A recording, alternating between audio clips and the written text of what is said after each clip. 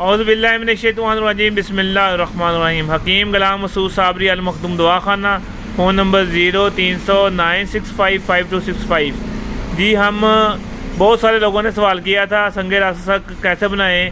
शिंगरफ जो तकीर साहब ने बताया था, सर तकीर साहब ने बताया था, संगे रास्ता का हम बनाने लगे हैं, शुरू करने लगे हैं। ये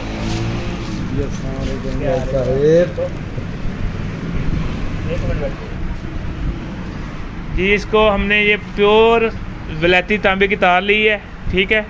और इसको हम पहले इसकी लैमिनेशन उड़ाएंगे चूल्हे पे, उसके बाद इसको ब्रीक काटेंगे। ब्रीक काटने के बाद इसको 6 घंटे खर्ल करेंगे, फिर अगला अमल शुरू करेंगे। ऐसे तरतीब के साथ इसकी कम से कम 5 वीडियो आएंगी, आपको मुकम्मल संगे रास्ता बनाना सिखाएंगे। और ये अगर दाबू बन जाएगा पूरी ज़िंदगी के लिए। खर्ल हमने किस में करना है, ये चट्टू भी हमने ये तांबे का लिया हुआ है, आपको मैंने आगे भी वीडियो दिखाई थी। तांबे का चट्टू लिया हुआ, इसमें खर्ल करेंगे इंशाल्लाह। अमल शुरू करने लगे हैं। और जो तकीर साहब का जो चैनल है अल कायम तिबी अकेडमी, उसको भी सब्सक्राइब कर लें।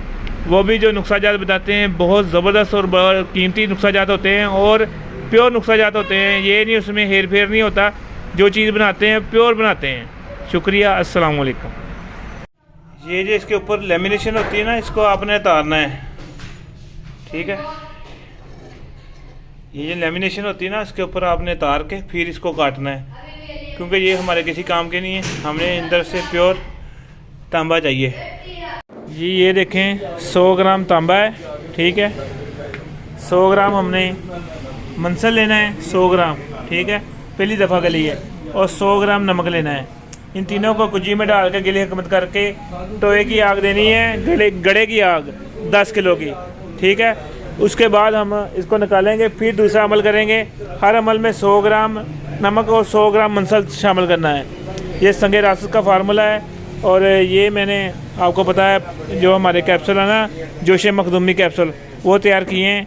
और ये एक आर्डर था, वहाँ उसके लिए भेजने थे।